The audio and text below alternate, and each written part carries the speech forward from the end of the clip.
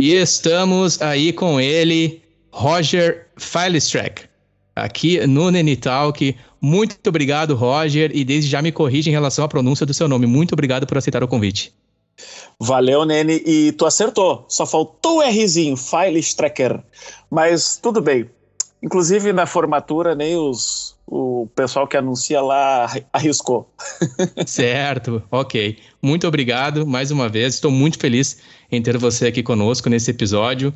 E eu gostaria de ler aqui a sua bio para passar um brief para os nossos ouvintes. Você que é guitarrista e também escritor, songwriter, guitarrista na banda Hipercubo e também mídia na Vans. E eu gostaria de iniciar essa nossa conversa. Qual foi o primeiro instrumento musical que você aprendeu a tocar? Cara, o primeiro instrumento que eu aprendi a tocar foi o violão, né? Minha história com a música começa muito antes de eu nascer, né? Com a minha família. Uhum. Não que eles sejam músicos, mas eles eram envolvidos com música e com bandas muito antes de eu nascer. A minha família era uma família de imigrantes, né? Que vieram da Alemanha. E antes da Primeira Guerra ainda, né? E eles eles tinham um salão de baile, né? Aqueles bailão que tinha. E antigamente eles vieram para São Leopoldo, foram para São Sebastião do Caí e se fixaram em Esteio, que na época era São Leopoldo. Uhum. E ali eles montaram um salão de baile. E eles tinham bandas, né? Então sempre ali aquelas bandinhas e tal folclóricas. Então, a minha história com a música já começa com minha família lá atrás. Cara, se eu pegar as fotos dos meus avós, eles estão sempre junto com uma banda, sabe? Que eles tinham um palco, enfim. Então já começou assim.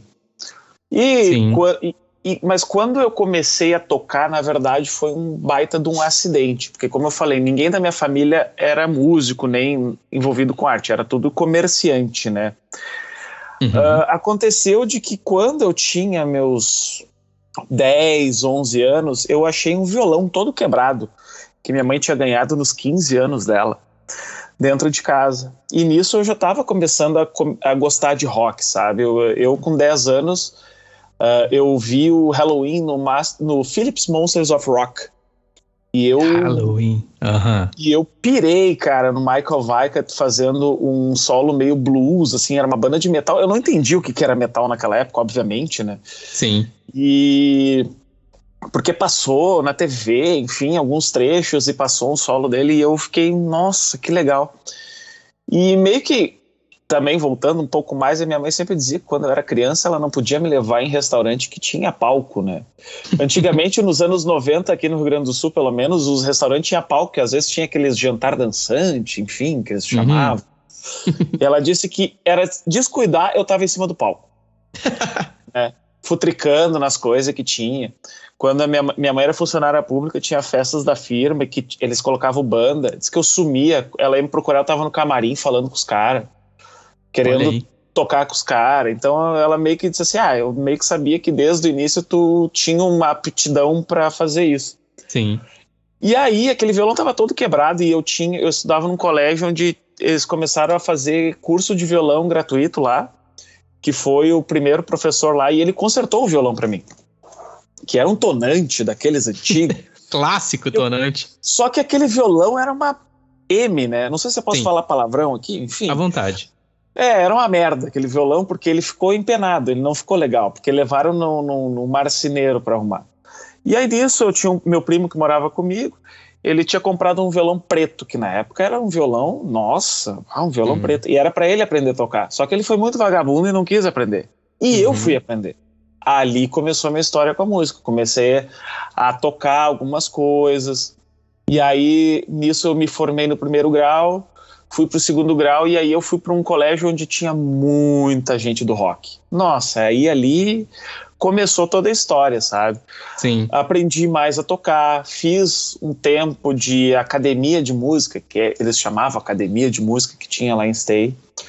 Esteio é uma cidade muito pequena, inclusive, uma das menores cidades em território do sul do Brasil. Uhum. E foi assim que começou.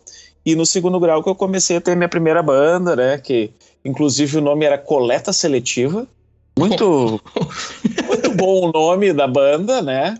Coleta seletiva? Por quê? Coleta seletiva. Não sei, porque a gente uma vez estava andando na rua e a gente viu ali coleta seletiva. A gente achou, isso é um bom nome para uma banda. Cara, isso que eu tô falando é 2002. Ok. Para quem não sabe, eu já tenho uma certa idade, né? Então, assim, tudo que eu falar eu tô remetendo a anos 90, começo dos anos 2000. Sim, eu quero inclusive te pedir licença aqui, tá? Talvez o ouvinte que não me conheça, que tá conhecendo aqui o trabalho do Nene Talk, um podcast aí que é feito com muito carinho, com muita empatia, que fala sobre arte, música e tecnologia de modo geral. A minha risada aqui, ela é uma risada de quem se identifica. É uma risada não a fins de desmerecer, mas muito pelo contrário, com quem realmente se vê numa situação semelhante e tomando as mesmas atitudes. Assim, é fantástico. Eu adoro essa unicidade e essa autenticidade, e já tá salvo aqui, banda Coleta Seletiva. Segue lá. É isso aí. Cara, além da autenticidade, a inocência que a gente tinha naquela época. Porque, cara, tu tem a mesma idade do que eu, provavelmente. A gente foi ter acesso à tecnologia e ao conhecimento muito mais amplo que essa nova geração tem muito mais tarde. Sim. Sabe? Muito mais tarde. Então a gente era muito mais inocente naquela época, era tudo mais difícil. Então, Verdade. assim, a gente tinha uma inocência que pessoas que na época eu tinha 14 anos, hoje um guri de 14 anos tá voando, tá programando, tá ganhando dinheiro. Eu era uma alface, entendeu? Eu queria ser rockstar. Sim. E aí começou, né, cara? Só que aquelas coisas de banda de segundo grau, né? Nunca vai pra frente, porque tu tem os teus colegas que querem fazer parte de uma banda, mas não sabem tocar um instrumento, sabe? Sim. Então, durante o segundo grau, a única coisa que eu fiz foi tocar o hino nacional na guitarra num dia da pátria lá, não lembro o que foi, e foi planejar, principalmente no meu terceiro ano de segundo grau, a banda que eu queria ter. Eu queria planejar. Além de ser muito fã de Halloween, minha outra banda favorita do coração foi Nightwish. Sabe? Porque eu vivi minha adolescência naquele entre 2000 e 2005, onde o metal melódico e o power metal, o metal sinfônico, enfim, explodiu no Brasil. Sim. Né? Porque tu tinha o Angra lançando um baita de um álbum, tu tinha Xamã lançando um baita do álbum. E a MTV, naquela época, quando começou a pegar na minha casa, começou a tocar só isso, sabe? E eu quero ter uma banda igual do Nightwish. Que massa, mano. Eu quero ter. Que massa, meu. Desculpa, só compartilhando aqui. Eu lembro do primeiro som que eu ouvi do Nightwish, eu fiquei, assim, impactado. I Wish I Had an Angel. Com a voz da Tarja, e eles estiveram em Porto na situação ali, por volta desse 2000 e 2005 ali. Sim. Cara, fantástico. Cara, eu tenho uma história com o Nightwish, eu tenho duas histórias com o Nightwish, que foi quando eles vieram pro Century Child, cara. Como minha mãe trabalhava no aeroporto, ela me botou na sala VIP, eu comi McDonald's com os caras. Nossa, mano, peraí. McDonald's com o Nightwish? Com o Nightwish, na época eles não eram tão conhecidos, né? Okay. Então, tipo assim, tinha eu e mais uns 2, 3 esperando eles lá. Eles chegaram com fome, nós subimos lá no aeroporto e comemos um McDonald's. Caramba, cara, e a Tarja ainda no vocal? Sim, isso eu tô falando, eu não lembro se foi 2001 ou 2002, eu não lembro, tá? Mas eu acho que era 2002. Tá? Que história massa, meu. Que história massa, velho. Em 2004, eles voltaram já com 11. E eu entrei de novo lá. O Tuomas lembrou de mim. Ele disse, tu é o cara que, né, nós subimos e tal. Sim, sou eu. Cara, o resto da banda, eles estavam num auge tão grande. E naquela hora, cara, pra te ter uma ideia, minha mãe também é muito fã de Nightwish. Tipo, ela entrou comigo, porque ela queria conhecer a banda, ela gostava pra caralho. E aí, tipo, ela mesmo disse, como eles mudaram, né? Eu disse, pois é. Cara, a Tária tava num canto e os caras no outro, sabe? Entendi. Já era um outro nível...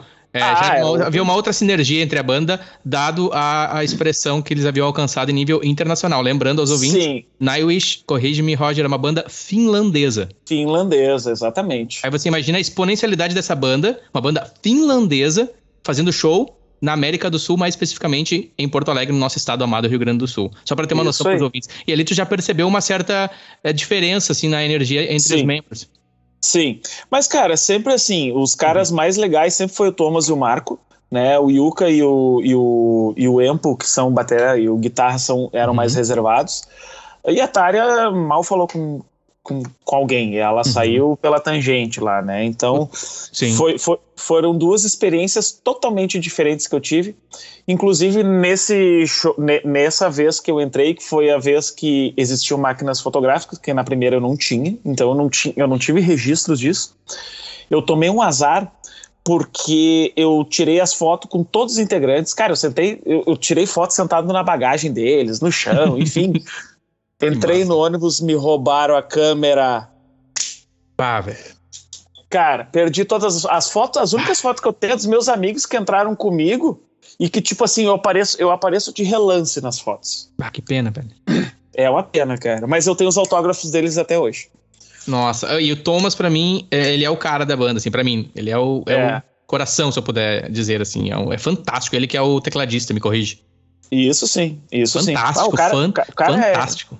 Demais, cara. Enfim, e aí, com toda essa experiência, e também teve o Live in Louder, né, que teve em 2005 ali no Gigantinho, que veio o Nightwish, Xamã, Rage, The 69 Eyes, Scorpions, já falei? Scorpions, enfim. Cara, foi um show, Tatuana de Danã, lembra? Nossa, essa banda é velha. Nossa, essa aí tá tempo na caminhada. Tá tempo na caminhada. E, que massa, cara, eu disse assim, eu quero montar uma banda assim. Sim, imagina. Imagina. E eu consegui, cara. O pior é que eu consegui. Em 2005 eu montei a Eridanos. Peraí, só um pouquinho. Que ela... desculpa, ali você estava no 3º ano do ensino médio planejando a banda. E aí você agora não está mais no ensino médio, é isso? Não, isso. Daí eu comecei a faculdade, né, que eu fazia publicidade e propaganda na Unicinos. E aí eu disse assim, cara, agora eu vou montar a banda, né? E fui tentando. E consegui, cara, eu montei uma banda, tipo, o mesmo line-up. Uma guitarra, um teclado, uma vocalista feminina lírica, um baixista e um batera. Cara, a gente montou Eridanos, que, né, durante 2005 foi montando, e começou a dar certo, na verdade, em 2007. Mas a banda, né, nasceu em 2005. Tanto é que a vocalista daquela época, ela quase ganhou The Voice depois. Ela foi casada com o Miranda. Eita! Sim. Nosso clássico Miranda. Ela foi casada com ele. Me corrija, que esteja nos céus, o produtor, né? Clássico produtor gaúcho. Sim. Nossa, esse é um mito, de fato. Foi ela, na época ela tinha 16 anos e cantava demais, cara. Eu arrisco dizer que na época ela tinha o nível da Tária. Tipo, ela era um fenômeno, um prodígio, sabe? E, cara, naquela época, tu imagina, a Eridanos foi a primeira banda gaúcha a ter uma vocalista feminina como a vocalista principal. Não existia isso antes no Rio Grande do Sul. Existiam bandas de mulheres, uma de Pelotas, se eu não me engano, e tinha a Sorrowful Dream, mas o vocal principal era homem. A mulher fazia algumas coisas. Ela não, ela era frontwoman, então... Tipo, na história do metal aí, gaúcho, a gente foi um dos primeiros, a primeira banda a ter vocal feminino e ter um line-up onde era uma guitarra e um teclado. E aí, na época, a gente se sediou em Canoas, porque a maioria dos integrantes era de Canoas. Eu morava em Esteio, ela em Porto Alegre, o resto morava em Canoas. E, cara, quando a gente... Não sei se tu lembra que em Canoas tinha o Estúdio Rock Bar. Sim. Cara, a gente fez um show que tipo, foi o nosso primeiro show lá e lotou, e foi uma loucura, cara. Até hoje em dia, se tu procurar no YouTube, até tem uns vídeos de, obviamente, péssima qualidade, e que a gente fazia o seguinte, a gente tocava alguns sons do Nightwish e a gente tocava Halloween, e começamos já tocando 2 músicas próprias, porque a gente já tinha composto 2 músicas próprias. E, por exemplo, a gente tocou Dr. Steen do Halloween, onde os 4 solos de guitarra eram um solo de guitarra, um solo de teclado, um solo de guitarra, um solo de teclado. Cara, o cara do bar, ele pirou com a gente, chamou a gente pra tocar na outra semana, de novo, e, cara, a gente começou a tocar muito, sabe? Tocamos em Porto Alegre e tal. Aí tá, daí aquela formação da banda se desfez, a gente teve alguns problemas, né? Porque a gente começou a ter aquela microfama que a maioria das bandas tem, né? E sabe que a microfama atrapalha muitas pessoas no meio da música, enfim. A banda se desfez E aí eu remontei a banda num formato diferente, porque é muito difícil tu arranjar um tecladista. E a banda voltou com 2 guitarras e uma outra vocalista. E a gente continuou fazendo show. E aí lá por 2000, a gente até teve uma troca de vocalista e de guitarrista nesse tempo. Até que em 2011 eu resolvi terminar a banda. A gente fazia muito show, tocava aqui na região, tocamos em Pelotas, tocamos em várias cidades. Só que, cara, não tava legal, sabe? Porque o grande problema, e eu acho principalmente, não sei como é que funciona nos outros países, mas, cara, quando tem uma vocalista mulher, sempre dá problema, porque sempre tem alguém da banda que quer pegar a guria, cara. Entendo. Sempre tem. Entendo. E aí dava problema, entendeu? Sempre deu problema, e eu disse assim, cara, quer saber? Cansei.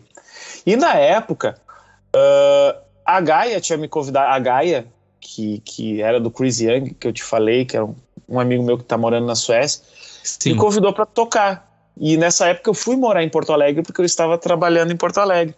No fim, a gente não chegou a fazer nenhum ensaio, mas eu acabei tendo contato com os guris, e lá eu conheci o Thiago. O Thiago foi o que veio a ser o vocalista da melhor fase da Eridanos. Por quê? Eu acabei querendo voltar com a banda, né? Nesse tempo até troquei numa outra banda de gothic metal, meio Type O Negative, que era Armon. Muito legal, inclusive ele não tem muito material na internet, mas se tu ir no SoundCloud tem, e é muito bom. Eu recomendo bastante, e não é porque eu toquei na banda, mas é porque até hoje eu escuto e eu acho muito bom. Banda Armon. Armon, isso. Só tem no SoundCloud. Porque o cara que tá administrando que a banda não tá muito atento às tecnologias, enfim. Ok. E aí, cara, a gente voltou com a banda, só que daí eu botei um vocal masculino, que foi o Thiago, que era da Gaia, e remontei a banda, sabe? Remontei a banda, só que daí vamos fazer o seguinte, vamos fazer um hard heavy metal, sabe? E aí a Eridanos voltou, a gente gravou um álbum completo, e aí que as coisas começaram a acontecer. A gente lançou o álbum primeiro independente, a gente conseguiu uma gravadora inglesa, a gente conseguiu lançar o CD na Europa, a gente conseguiu colocar a música nas rádios europeias e americanas, a gente conseguiu... Cara, só daqui do Brasil eu mandei mais de 1.000 cópias físicas para a Europa, principalmente para Suíça, Romênia, Alemanha, mandei muito CD para lá. E, cara, começou a dar um barulho, tanto é que tem um amigo meu que disse que uma vez o nosso clipe estava tocando numa casa noturna da Rússia. Olha aí. Sabe? Caramba, porque daí era inglês e tal. Sim. E aí, cara, surgiu a oportunidade da gente começar a fazer turnê internacional, né? E aí a gente conseguiu fazer uma turnê na Argentina, que era um teste para nossa turnê na Inglaterra. A gente já tinha 7 datas fechadas na Inglaterra, tinha comunicação, tinha tudo, nós tínhamos uma agência lá. Só que a turnê da Argentina foi tão ruim, obviamente porque a gente era tão inexperiente em sair do Brasil, que, cara, a banda se dissolveu dentro da Argentina, sabe? Se dissolveu de uma maneira incrível, sabe? O primeiro show foi muito bom, ao mesmo tempo que ele foi terrível. É um misto de sentimentos, sabe? Sim. Enfim. Eu apenas imagino. Geralmente comentam que eu nunca tive essa experiência, mas eu imagino, geralmente aqui confirmando a sua história, que é muito difícil quando vai para a estrada mesmo, essa questão da manutenção da banda. Era bem difícil, cara. Nós tínhamos personalidades totalmente opostas, né? E, tipo, tava saindo muito dinheiro, né, da banda e não tava entrando o suficiente pra manter, sabe? E aí voltamos pro Brasil, saiu o Thiago, saiu o baterista e botamos outras 2 pessoas que achamos que era legal e no fim, infelizmente, essas 2 pessoas acabaram separando mais a banda e aí, cara, a gente nós temos material gravado para outro álbum, só que a gente acabou não lançando porque quando a banda completou 10 anos de fundação, eu disse, cara, cansei, velho. Eu cansei. Acabei endividado, porque a banda tinha um CNPJ, porque a gente tinha que dar nota fiscal, né?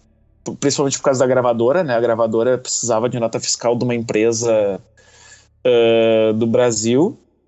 E, cara, foi isso. E aí, Sim. depois disso, até hoje me perguntam, Eridanos vai voltar? Eu disse, não vai voltar. Deixa o Eridanos quietinho ali, tá bonito. Cara, no fim a gente fez uma boa estrada. Cara, eu recebi uma ligação do Bill Hill. Ele era o produtor do Rat. Ele disse que tinha escutado a Set It On Fire, que era a nossa música single, numa rádio no Texas. E ele disse, cara, essa música é genial, eu só preciso fazer uns ajustes na master aqui, autorizar aqui, vocês vão fazer muito sucesso. Eu, pô, beleza, vamos fazer. Ele, tá bom, $300. Entendi. Entendeu? E essa é a história. Sim. E desde então, depois que eu saí da Eridanos, isso foi 2015, depois de 2016, estou na Hipercubo até hoje. Cara, eu quero te agradecer por compartilhar todos esses detalhes. Eu não sabia. Eu tinha uma noção. É longo. Eu tinha uma noção da tua presença na cena, por ouvir falar de outros amigos, mas eu não tinha tantos detalhes. E eu estou aqui com o perfil oficial da Eridanos no YouTube. Eu gostaria de saber se é ok eu colocar nos comentários desse episódio para os ouvintes terem acesso Tu pode ao colocar material. também Spotify. Tem o Spotify da Eridanos também. Perfeito. E eu estou aqui te ouvindo, eu ainda estou digerindo tudo que você conseguiu falar. É como se você conseguisse sintetizar toda uma história, eu imaginando aqui a questão do trabalho que você dedicou a essa banda. E eu gostaria de... enfim, quem não me conhece, talvez está conhecendo através desse episódio, pode achar meio estranha a maneira como eu me comunico, mas eu gosto de deixar bem claro quando eu tenho um sentimento de gratidão por algo. E ciente de que a cena é feita por atitude, a cena cultural, a arte, ela acontece por atitude. E eu queria te parabenizar e te agradecer pela tua atitude. Você citaste ali a cena no início dos anos 2000. Você contou sobre um pouco da sua história no ensino médio. O terceiro ano, praticamente, você elaborando, pensando, né, na sua banda. E você dedicou, de fato, tempo, dinheiro. Você investiu muitas coisas. E eu admiro muito, eu respeito muito isso, Roger. De verdade, eu quero te agradecer aqui. Não, eu que agradeço, cara, a oportunidade. E também a questão que você citaste ali no ensino médio que me chamou a atenção. Eu venho de uma cena skate punk, então eu admiro muito o metal, na questão eu ia falar playabilidade, meu Deus, da tocabilidade, enfim, da capacidade técnica de execução de músicas. Eu admiro muito, eu gosto de heavy metal, mas eu reconheço que eu tenho limitações, eu não consigo tocar heavy metal. Eu respeito muito o artista, e aqui não comparando estilos, dizendo um estilo é mais sofisticado com o outro, são questões diferentes, culturas, backgrounds diferentes, mas óbvio que se complementam. Mas o heavy metal é uma coisa que eu admiro muito, gosto muito de apreciar de fato o som. E você citaste ali no ensino médio que você tocou o hino do Brasil na guitarra. Eu gostaria, se possível, só voltar um pouquinho ali, porque a gente estava no momento em que você tem um violão, que você herda uma herança materna, e você, em princípio, faz a manutenção desse tonante, o rei dos violões clássico. É o rei. E na sequência você então adquire um outro violão preto ali, né, já com uma presença maior, e pelo que eu entendi um violão um pouco melhor, e aí já temos ali a questão de você tocando o hino do Brasil na guitarra, que pra mim, na minha percepção, não é algo simples. Como acontece essa questão de você aprender a de fato fazer essa migração da guitarra acústica, digamos, do violão pra guitarra elétrica? Você fez aulas, você iniciou autodidata? Compartilha um pouco. Cara, a maioria das coisas que eu aprendi até hoje, eu sou autodidata. Porém, eu fiz, como eu falei, eu fiz academia de música que tinha em Esteio. Só que lá era uma academia muito básica, mais teórica e tal, não era tanto da prática. Quando eu tava no primeiro ano, eu vendi o violão e comprei uma Jennifer. A clássica Jennifer. Eu saí de um tonante, fui para um violão lá, um Giannini, e depois eu fui para Jennifer, que é a rainha das guitarras também, né? Só um parênteses, eu tive um baixo Jennifer. Um abraço para todas as Jennifers. Por favor, que isso não venha soar pejorativo. Amamos todos os Jennifers também. Mas aqui é uma marca exclusiva de guitarras, cuja a qualidade é um pouco abaixo pelo menos na minha experiência, não sei qual foi a sua, mas o meu baixo era bem limitado. Foi. Eu tive uma Jennifer Magnus. Cara, era complicado. Era complicado. Mas, cara, todo mundo tem um início, entendeu? Naquela época, vamos botar aí 2002, aquela guitarra custava R$ 110. Sim. Entendeu? Era uma coisa assim. Hoje, uma guitarra popular, tu não acha por menos de 800. Verdade. E com uma qualidade bem inferior, inclusive. Sim. Sabe? Às vezes feito de compensado. Verdade. Então é complicado. E aí eu troquei. Daí eu comecei a tocar em casa, cara. O que eu fazia, cara? Eu tinha um Watson, né? Clássico Watson de 15 watts. E, cara, num aniversário eu chorei muito, muito, muito pra minha mãe. E ela fez um esforço, né? Que a gente, eu, apesar de tudo, eu venho de uma família humilde, né, cara? Ela fez um puta esforço no meu aniversário e me deu uma Zoom 505-2. Pedalzão. E aí, como é que eu comecei a aprender, cara? Eu botava o CD Wishmaster do Nightwish pra tocar, que era a minha coisa favorita naquela época, e eu começava a tirar. Eu voltava do colégio e começava a querer tocar, entendeu? Eu também, obviamente, como eu estudava num colégio onde tinha outros colegas que estavam aprendendo a tocar, muitas vezes no recreio, bem coisa de colégio, né? Sim. A gente trocava ideias, assim, pô, olha isso aqui, cara. Olha, isso aqui é um intervalo de quinta. Olha, isso aqui é um power chord, sabe? E aí foi assim que eu comecei a aprender a tocar guitarra. A primeira música de metal que eu aprendi a tocar na guitarra, de verdade, foi o Wasting Love do Iron Maiden. Ah, essa é linda. Essa é linda. Essa eu tenho um carinho especial, porque eu lembro que foi muito difícil, cara, pra mim, porque, né, começando. Hoje tu toca Wasting Love, os olhos fechados, mas naquela época, cara, é muito difícil. Como é que o cara fez isso? Sabe? Eu olhava...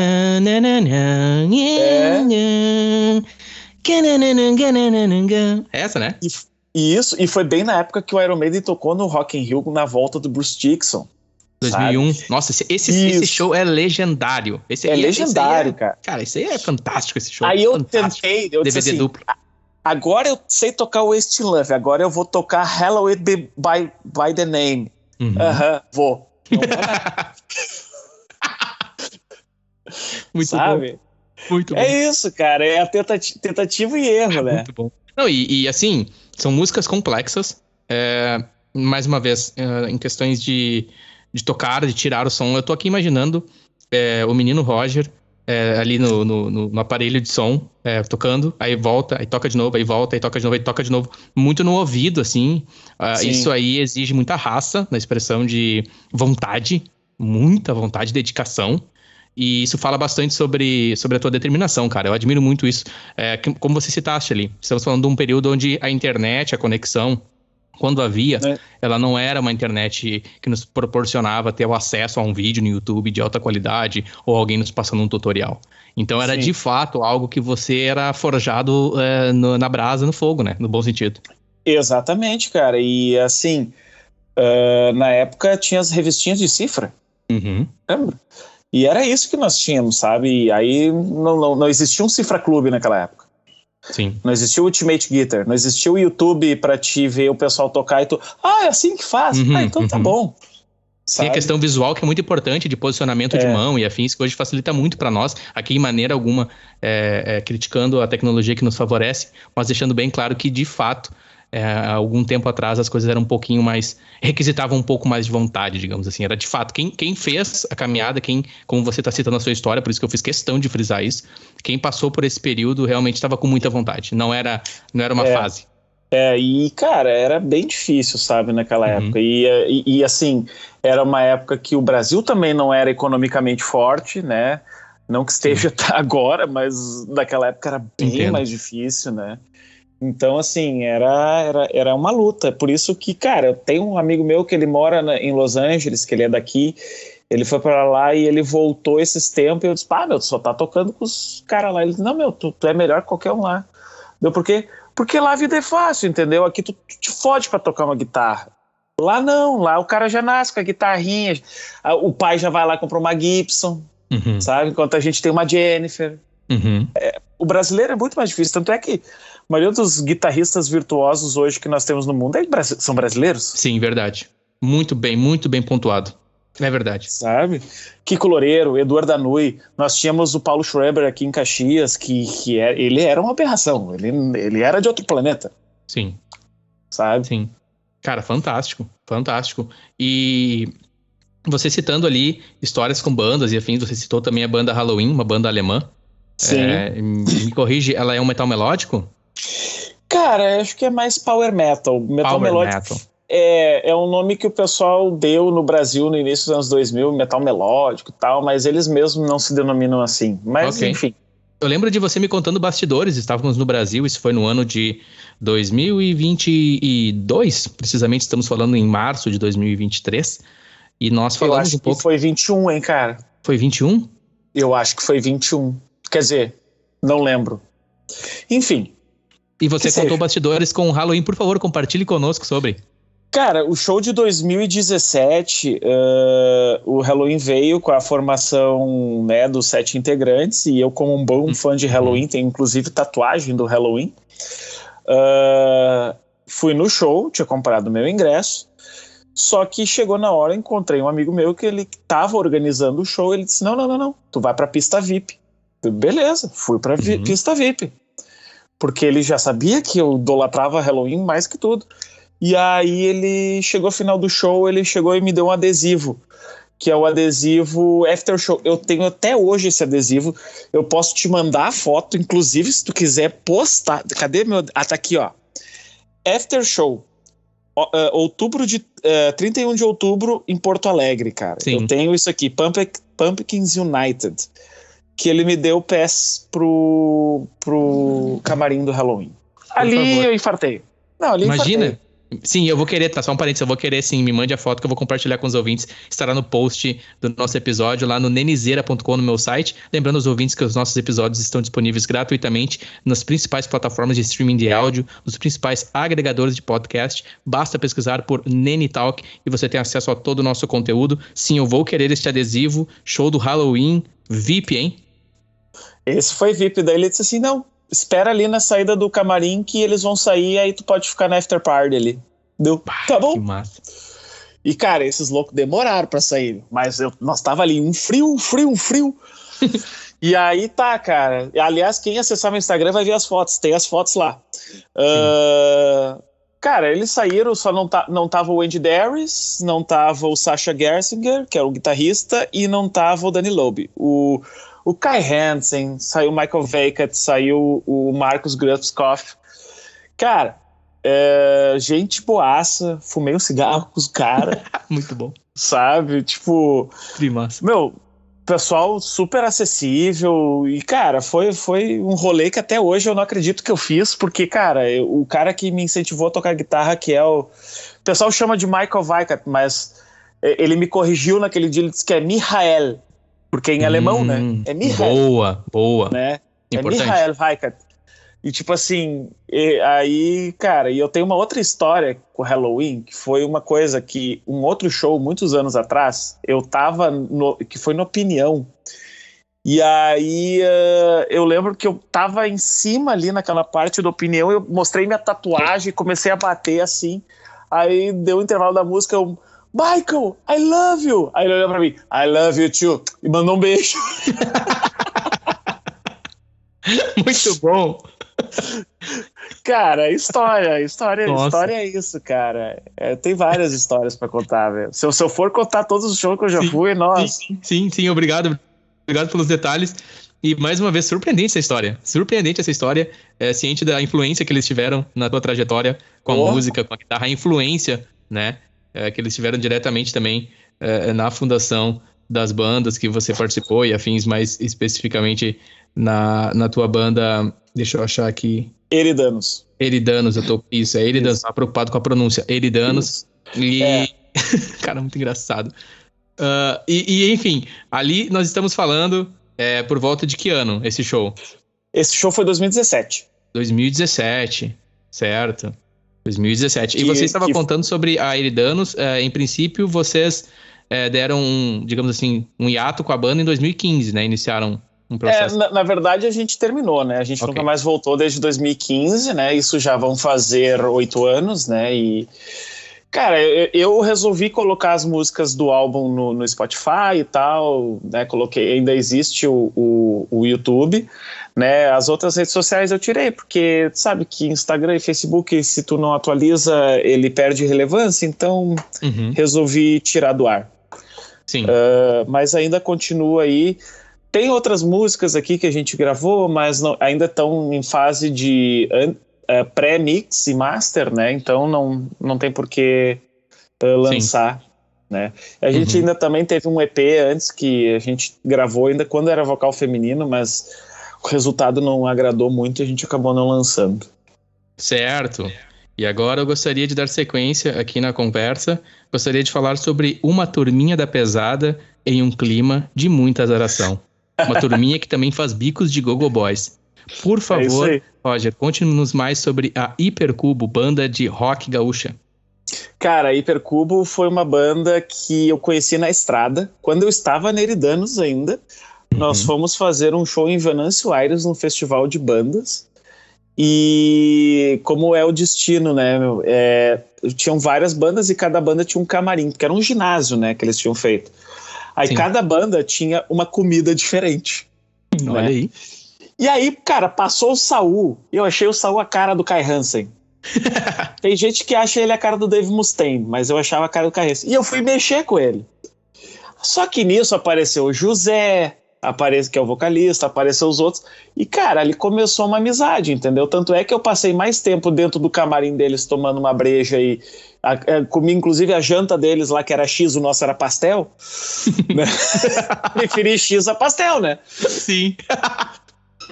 E aí, muito cara, bom. Foi isso. E aí, tipo assim, eu fiquei no camarim deles, a gente ficou trocando uma ideia e tal. E, tipo, ali nasceu uma amizade. Que massa. E aí, cara, olha, o destino é muito louco, porque antes da Eridanos acabar, a gente viu o show deles lá, eles tocaram primeiro que nós, e o show deles foi bem impactante pra mim, porque eles tocaram as próprias e tal, e eu curti pra caramba.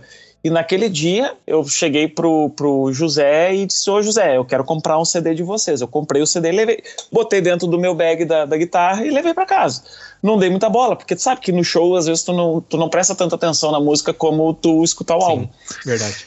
E aí, cara, logo que saiu o vocalista da Eridanos de novo, eu disse assim, cara, eu vou chamar o José pra tocar na Eridanos. Tô nem aí. E mandei uma mensagem pra ele, cara, eu não posso, não sei o quê, porque Hipercubo me toma meu tempo e tal. Então, beleza. Só que, cara, eu escutei o álbum, eu viciei na porra do álbum, que é o Trem da Loucura.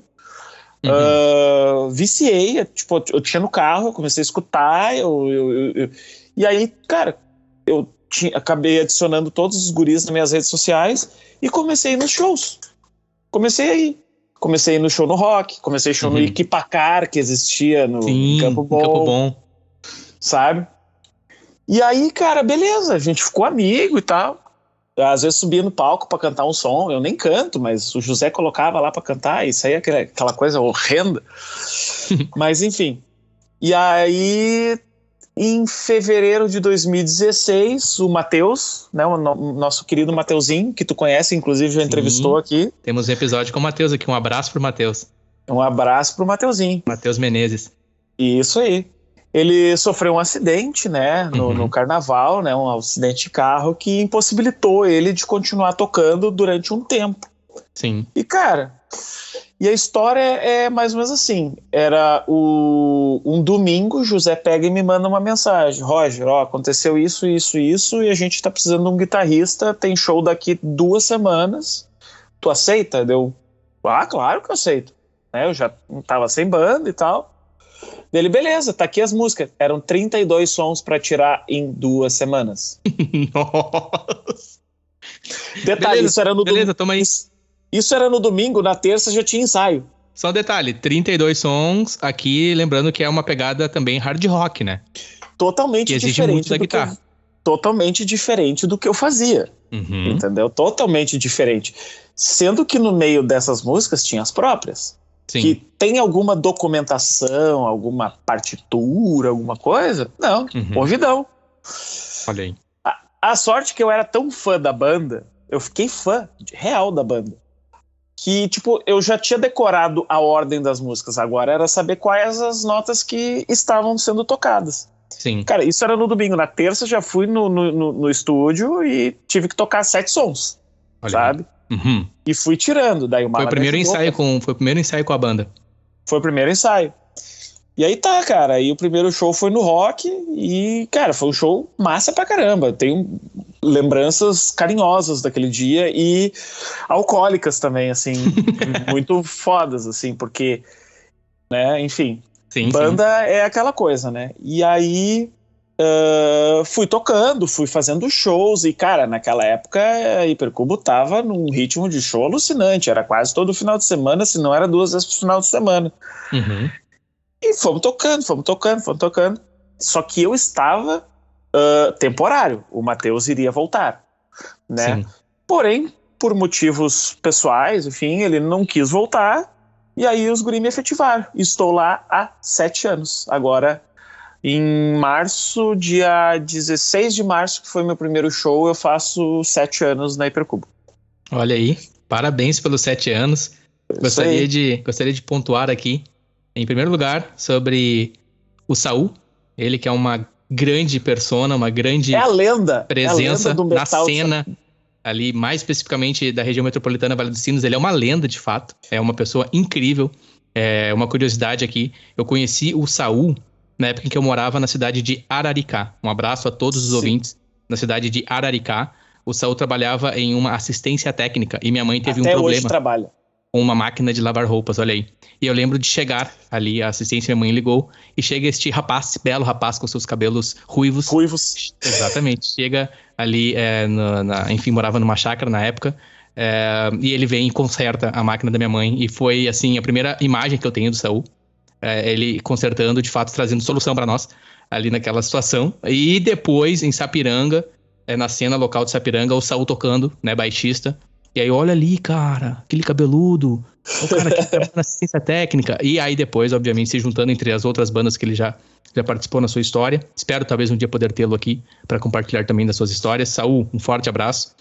Sobre a Hipercubo, enfim, eu lembro de quando eu voltei a morar em Campo Bom, apenas contextualizando os ouvintes. Eu sou nascido em Campo Bom, e aí moro em Araricá por 8 anos. Meu pai se aposenta e nós vamos morar em uma chácara. E aí eu retorno para Campo Bom nos meus 19 anos. E ali está acontecendo uma cena em Campo Bom, no Vale dos Sinos em geral, também com muita influência da cena californiana, de punk rock, hardcore e afins. Entre as bandas ali, Campo Bonense, em destaque estava também a Hipercubo, que eu tive o privilégio de assistir a primeira vez no Anauê Bar, em Campo Bom, ali próximo à Praça do Largo dos Irmãos Vetters. O José é um frontman incrível, o Mala, um grande guitarrista, enfim, todos os instrumentistas fantásticos. E depois, como eu estava compartilhando contigo em off, eu vim a acompanhar esse momento que você estava citando, da presença da Hipercubo praticamente tocando em todo lugar, uma onipresença da banda. Tive e tenho, até hoje, tive acesso ao CD. CD que, conforme aqui o Spotify está dizendo que é de 2015, o álbum, Trem da Sim. Loucura. Tenho esse álbum, inclusive muito bom. Concordo plenamente contigo, um baita álbum. Adquiri na Tomahawk em Campo Bom. Na época eu trabalhava ali na Tomahawk também. Adquiri esse CD. E aí vi você fazendo parte da formação, vi o Matheus Menezes, depois vi você num desses shows do rock ali.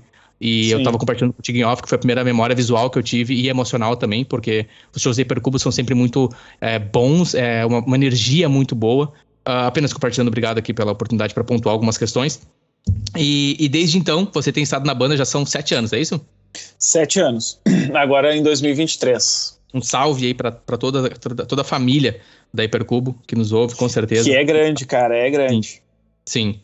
Sempre presente nos shows. E eu vou estar aqui também linkando as informações para o álbum, para o conteúdo da Hipercubo, as redes sociais e afins, no post deste episódio, também na descrição deste episódio. Basta você ir aí no seu agregador, seja o Spotify, seja o Apple Podcast, seja o Google, seja o Deezer, seja o Pocket Cast, seja no YouTube, onde também está disponível os nossos episódios em áudio, seja no site, no nenizeira.com, lá estará o link, os hyperlinks, para todas as redes sociais também do Roger e de todas as bandas aqui em questão que a gente vem citando, e o material será compartilhado, certo?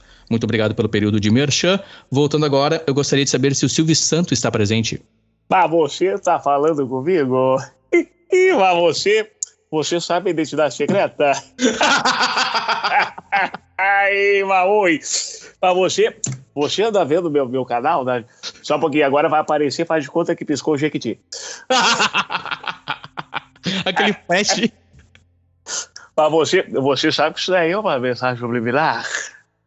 É muito boa. Eu aprendi na Califórnia. Mas hoje eu tô morando em Miami porque eu tô velho. Tô usando minhas camisas floridas. Minha samba canção. Cara, muito bom, velho. Nossa, eu tô aqui tendo a mesma experiência que os ouvintes. Nós estamos apenas em áudio aqui. Nossa, é muito, muito parecido.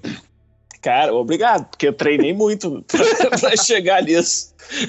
Como foi que esse talento aí, me fala um pouco sobre esse talento, como foi que tu se percebeu aí apto a tal performance? Muito bom. Cara, eu na faculdade, lá no DCE da Unicinos, eu tinha um colega que imitava e eu comecei a brincar, assim, de querer imitar, no fim fiquei melhor que ele.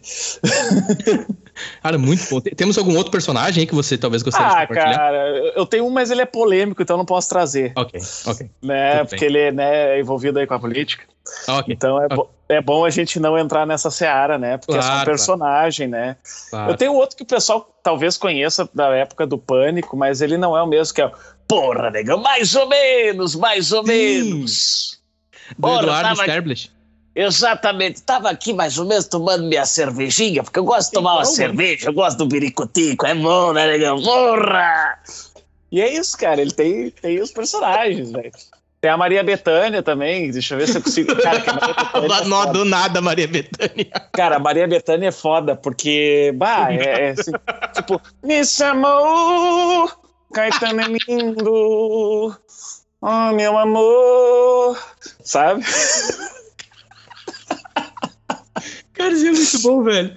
Nossa, é muito bom. Obrigado, Roger. Caralho, mano, manda muito bem mesmo, velho.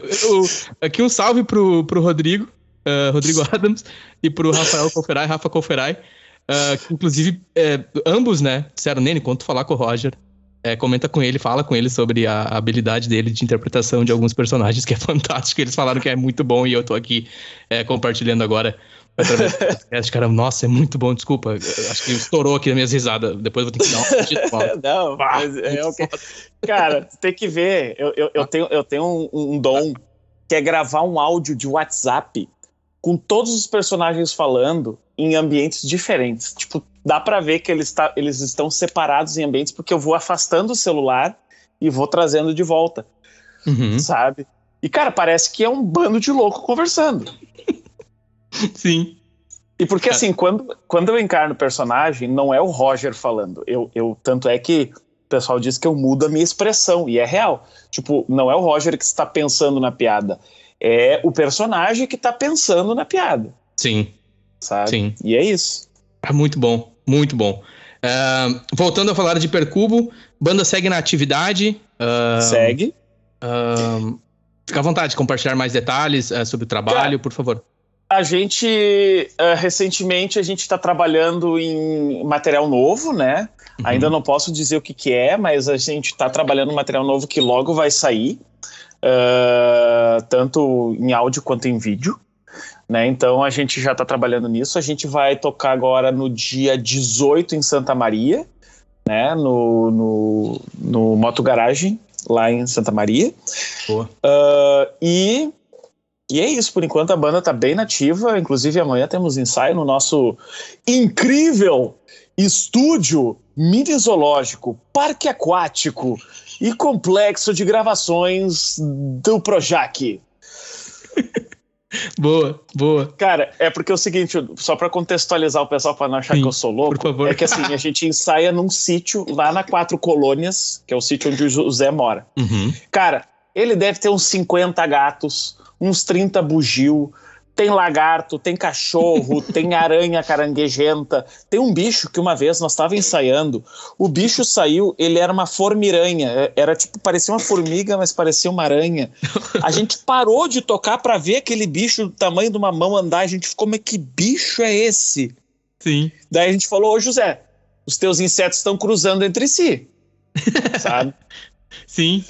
Muito e bom. Aí, tipo, cara, e aí tem a piscina, aí tem um campo de bocha, aí tem, tipo, cara, É o resort.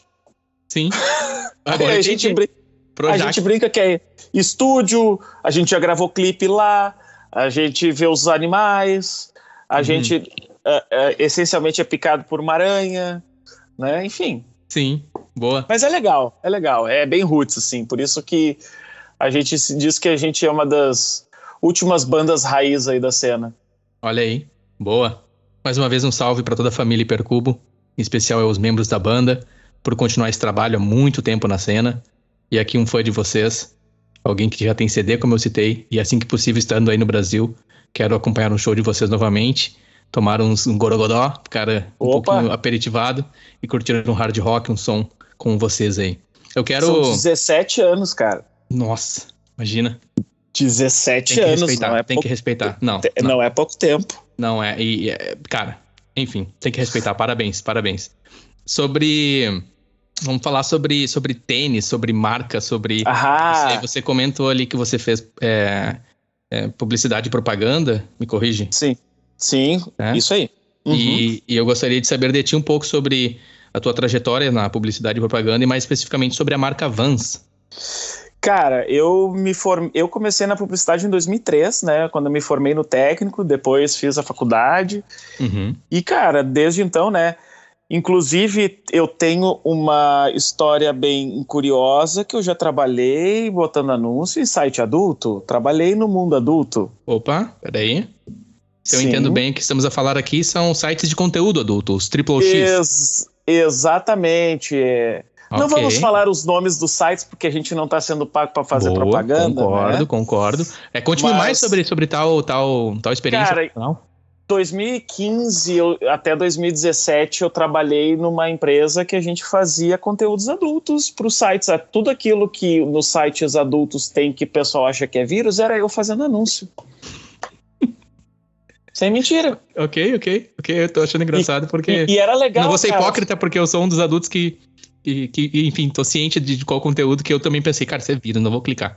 Exato, mas não é vírus. É só uma landing page que tu entra para te vender produto para pessoas que têm disfunções. Sabe? E era bem legal, cara. O problema é que depois de um tempo tu perde a graça tu olhar o conteúdo desses sites, porque tu olha quase todo dia. Sabe? E era legal, cara. Teve um final de ano que eu recebi uma espumante de 2 das atrizes lá de um dos sites e foi bem legal. Bem legal. Tipo, era uma coisa bem estranha e, tipo, ali eu consegui enxergar principalmente o quanto o ser humano ele é influenciável, sabe? Porque, por exemplo, num dos anúncios se vendia maca peruana, que o pessoal sabe que é, digamos assim, entre aspas, um afrodisíaco natural. Só que o anúncio, ele vendia outras coisas. Ele vendia que aumentava, enfim, essas coisas, né?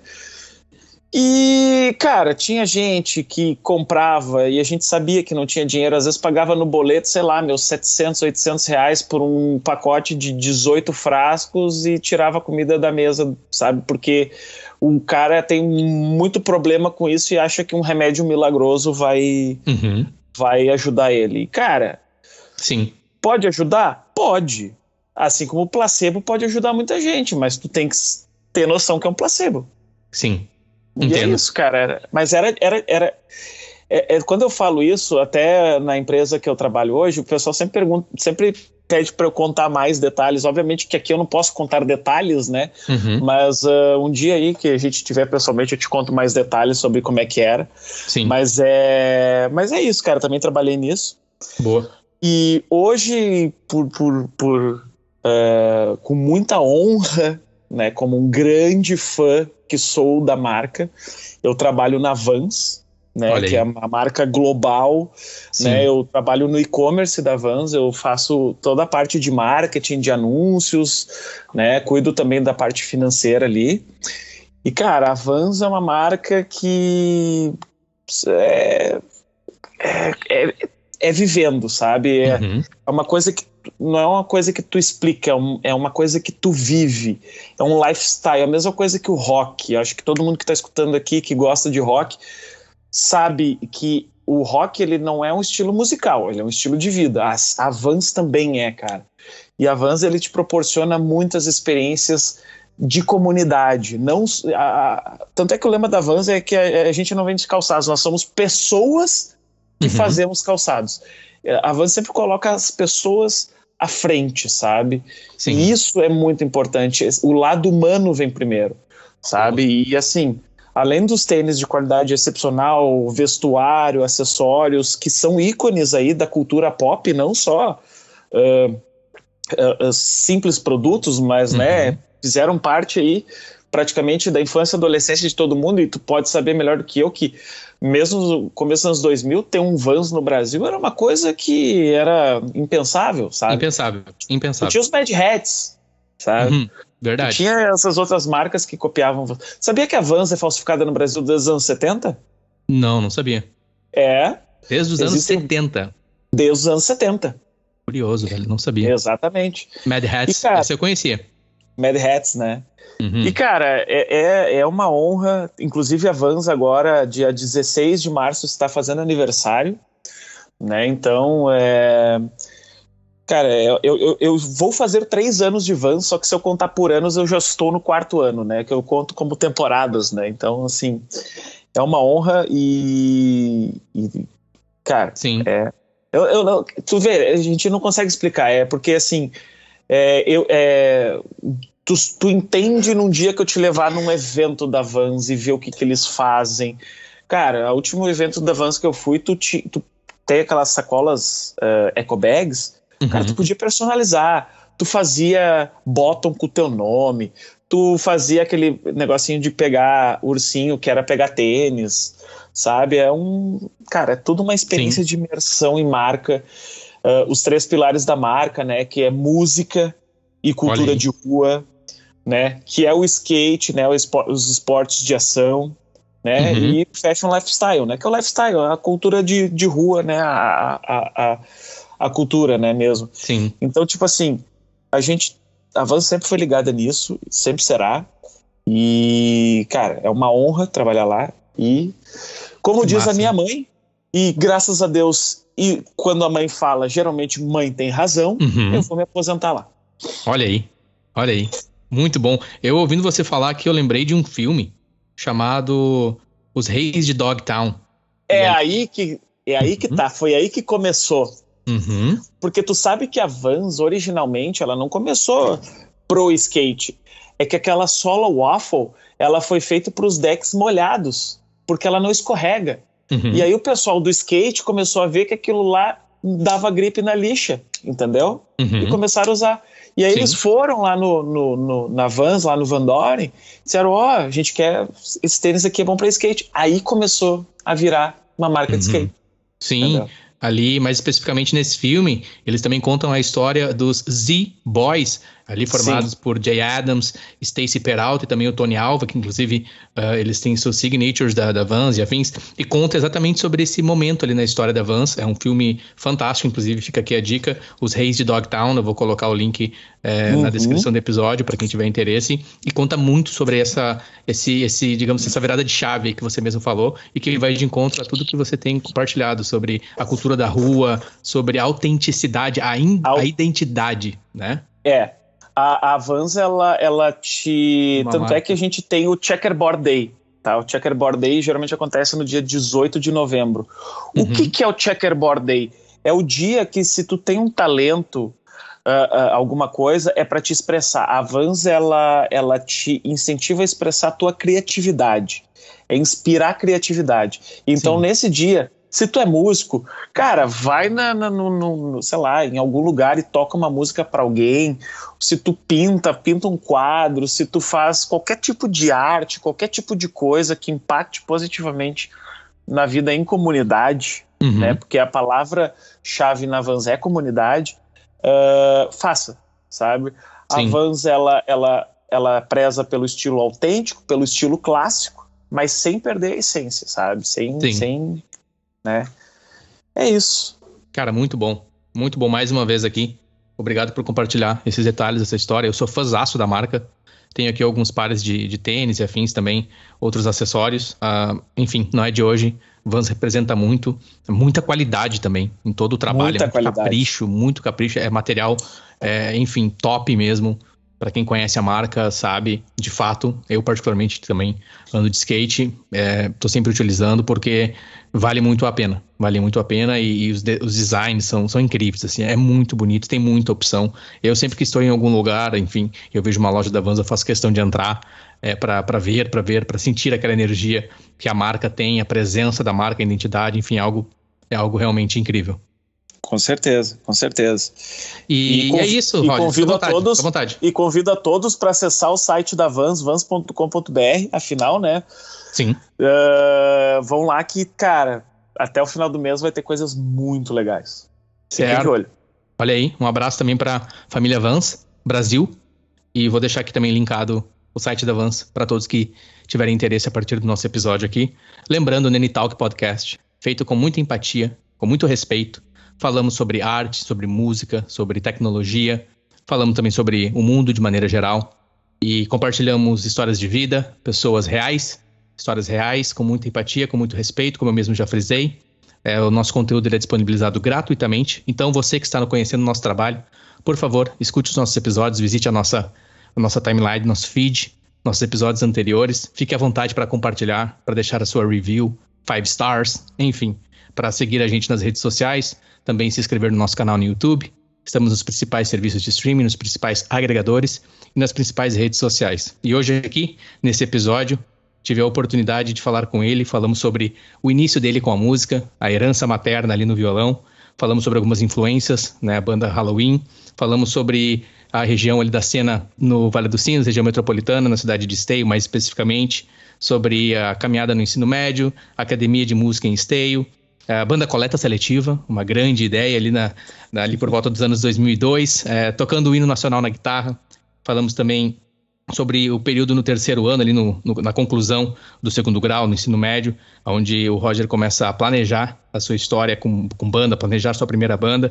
Também algumas histórias engraçadas com o Nightwish, por exemplo, comendo McDonald's com o Nightwish. Aquilo ali foi pra mim, assim, fantástico. Até hoje pra mim propaganda. À vontade. Não, até hoje pra mim é fantástico. Só perde pra vez do Halloween. Boa. Banda Eridanos, pioneiros ali no vocal feminino, com uma front woman no rock gaúcho, mais específico também sobre Canoas Rock Bar. Banda Harmon, sobre a maneira como você se dedicou à música, também há muito autodidata, muita perseverança, muita vontade. O After Party, que você citaste ali, o adesivo que você vai compartilhar, estará aqui disponível na descrição desse episódio, para os ouvintes ter acesso com o Halloween backstage, as histórias ali com como se pronuncia em alemão mesmo o nome do Michael? Michael.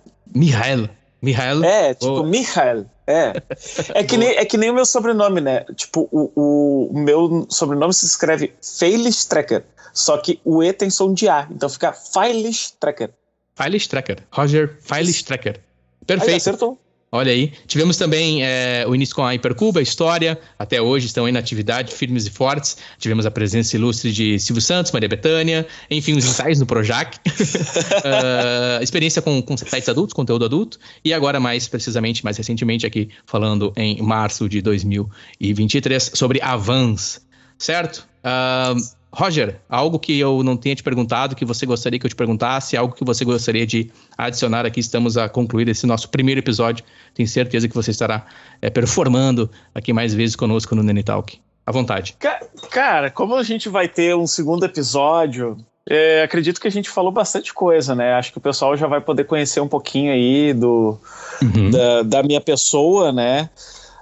Tem muitas histórias ainda que a gente pode compartilhar aí. E principalmente agradecer a ti a oportunidade de estar aqui conversando contigo, contando essas histórias, porque eu acho que boas histórias elas têm que passar para frente. Sim, concordo. Né? Porque eu gosto muito de ouvir histórias, eu sou um grande apreciador e um grande ouvinte de histórias, né? E isso é legal, cara. Eu também mandar um agradecimento aí aos meus dois parceiros, o Rodrigo e o Rafa, né, que me indicaram, né, sabe, que é o QI, né, para estar aqui. E, cara, agradecer demais, velho.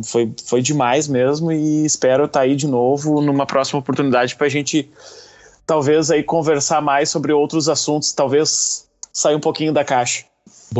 Boa, com certeza. Muito obrigado, Roger, e até uma próxima. Até mais, cara. Valeu, abraço. Abraço. I wish I had an angel for one more.